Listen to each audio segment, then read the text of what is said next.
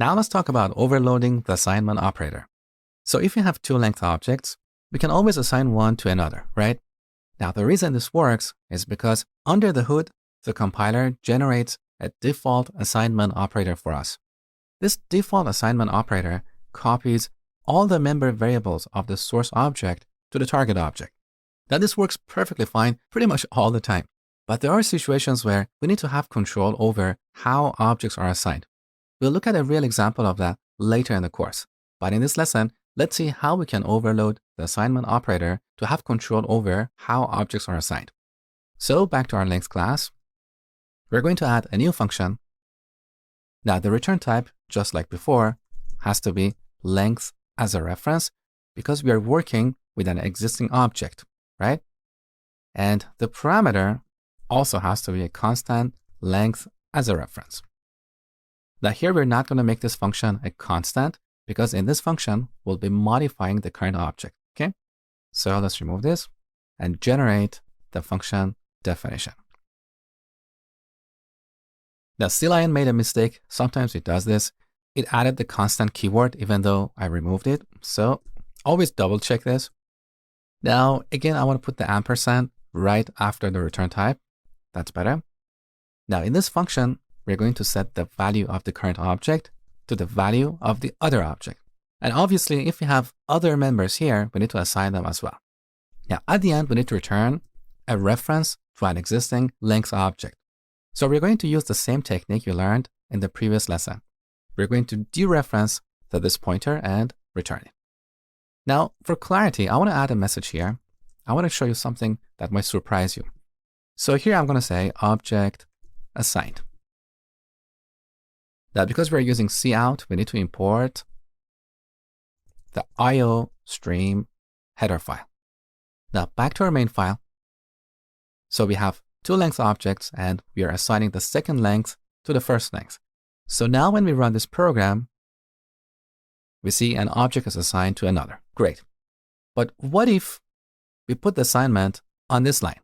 First, we need to create a default constructor for the length class so we can create a length object without supplying a value. So back to the length class.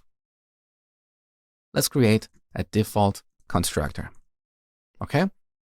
Now we can create a length object without providing a value. So now we can initialize this with the first length. Now, if we run this program, we are not going to see the object assigned message. Take a look. So look, there are no messages here. But aren't we using the assignment operator? Well, no.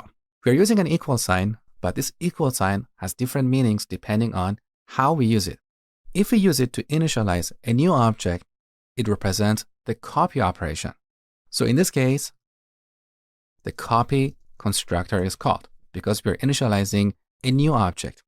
However, on the next line, if we set the second to the first, because we have an existing object, this equal sign represents the assignment operator. So here we have the assignment operator, and this is used when we assign to an existing object, okay?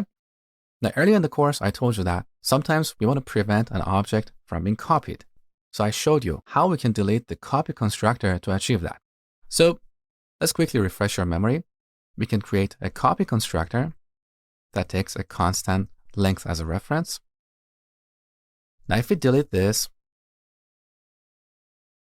we get a compilation error here because in this situation, the copy constructor has to be called. So here the error says call to deleted constructor of length. So quite often when we delete the copy constructor, we should also delete the assignment operator. Otherwise, we'll create inconsistency in our programs. So back to our length class.